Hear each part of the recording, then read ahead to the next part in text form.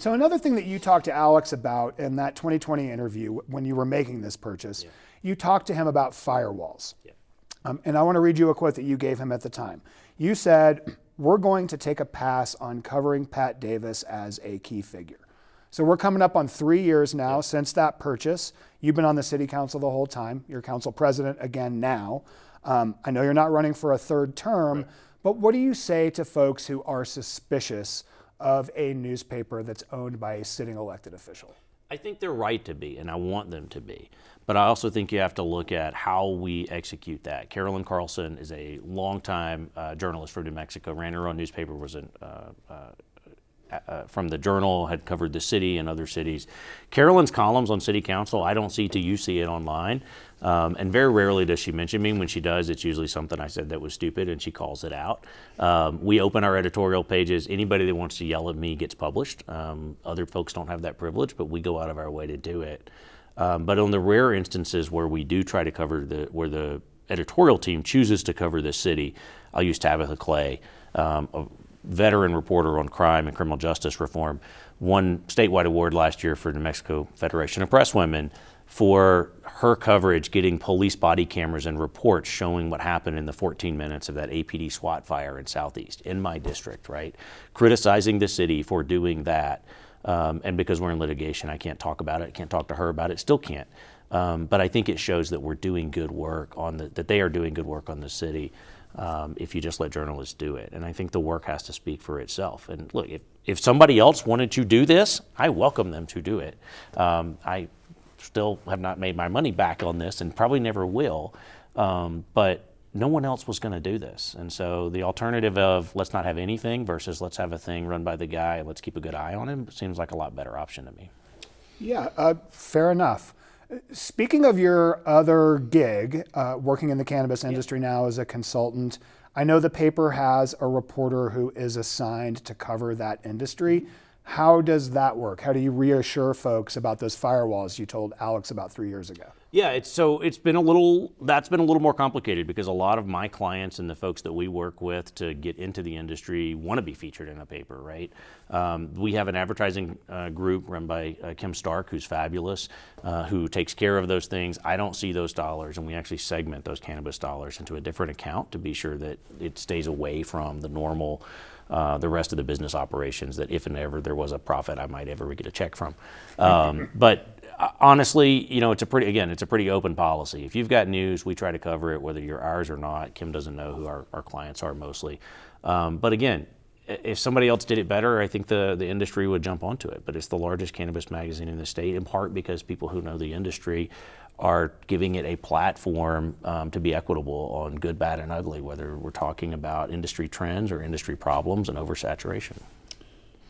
Let's open the lens a little bit and get into some ecosystem questions. Yeah. And as a way to get into that, let's talk about what else you're doing in the space right now. We're sort of at a place now where it's, Pat Davis, newspaper magnate, who nobody ever heard of except for the nerds like me who are really paying attention. You bought the paper, you've since bought the Corrales Comment, the Sandoval Signpost, and the Edgewood Independent. Newspaper ownership for at least the last 15 years has been a brutal business and a terrible business model, frankly. It is. How is it going for you? Are you making money? Do you care to make money? What are you doing? I do care. I would like to make money, but I will say that transition from cop who could sort of speak both sides in the cannabis conversation about legalization to cannabis consultant, I have been very transparent about this. The money that I've been able to make helping other folks help their cannabis business has gone into newspapers, right? So I'm still a city councilor. That's my salary. That's my health care. I put that into that because I think it's important. And here's why.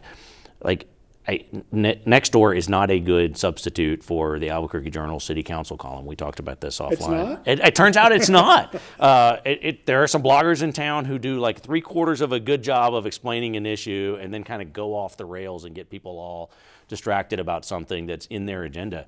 Look, when I'm a city councilor sitting there at midnight in the basement of City Hall, it honestly matters if people understand what we're talking about. And our city is just too big to educate everybody from the dais one-on-one. The same goes for a village like Corrales. If if we don't have the Corrales comment for those 4,000 or 5,000 households in that area, no one's going to cover that. The Albuquerque Journal's not going to put a person there just to cover those issues. And so, like, they lose the opportunity to participate in democracy.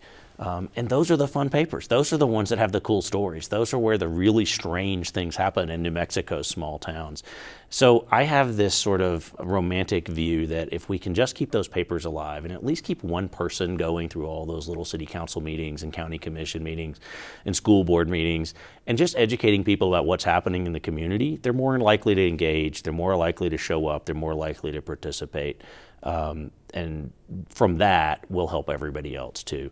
The old informed electorate makes a better decision at the ballot box. Absolutely. They're going to show up anyway. And right now, it seems like everybody's voting against something. Like, let's at least give them something to try to vote for, or at least understand what they're voting about. I think those things are really important. And so the business model goes, hey, all these things are not going to stand alone on their own, clearly. The Signpost, for example, did a great job. It was a profitable paper when we inherited it. So was the Comment. It was doing very well. But it didn't have a long-term strategy. All of these papers, by the way, have been print, including the old Alibi mostly, have been print with very little digital, had not gotten to the 21st century. And so that's what we've been able to bring, is we're bringing a shared web platform. Everybody uses the same system, shared email systems. That lowers cost, right? Instead of paying 5 email bills, you pay one, you pay 5 web bills, you pay one. We share designers. And so each of them had like a freelance part-time designer, because once a week or whenever they put out a paper. Now I have 2 full-time designers with benefits because I have enough work. How many full-time journalists total at those 4 papers? Full-time journalists, we have 6. We have 14 freelancers that regularly contribute, and we have another 6 back-end folks that are full-time, sales, production, et cetera. And they all get benefits. They all get paid really well now because we can share their time amongst a bunch of folks. And you're picking up stories from some of the nonprofits I've noticed as well, whether it's Source New Mexico or New Mexico in Depth or others. Those are appearing as well. I want to ask about media consolidation, right? That's been a hot topic since before I was a reporter. Do you think there is some risk in sort of homogenizing the flow of information, whether it's you or someone else who owns 4 different newspapers? What do you think the risk is there, and how is the juice worth the squeeze? It has to, we see what Gannett does, right? They come in, they've gotten rid of the newsrooms, and then they sell off the nice pieces, and then they sell off the masthead, right? We're trying to undo that by putting local people back into these communities, right? We hired Glenn Rosales, for example, who has a long history of writing for the Journal, just to cover the Edgewood Independent. Terry Last, T.S. Last from the Journal North, now lives in Sandoval County. He's the editor up there now and for our papers there. We're trying to be sure that we refocus on that and get away from syndication, to get away from some of those pieces. But I will say what you mentioned is exactly where I think this model goes. I think it's our job as the local newspaper to cover the local stuff.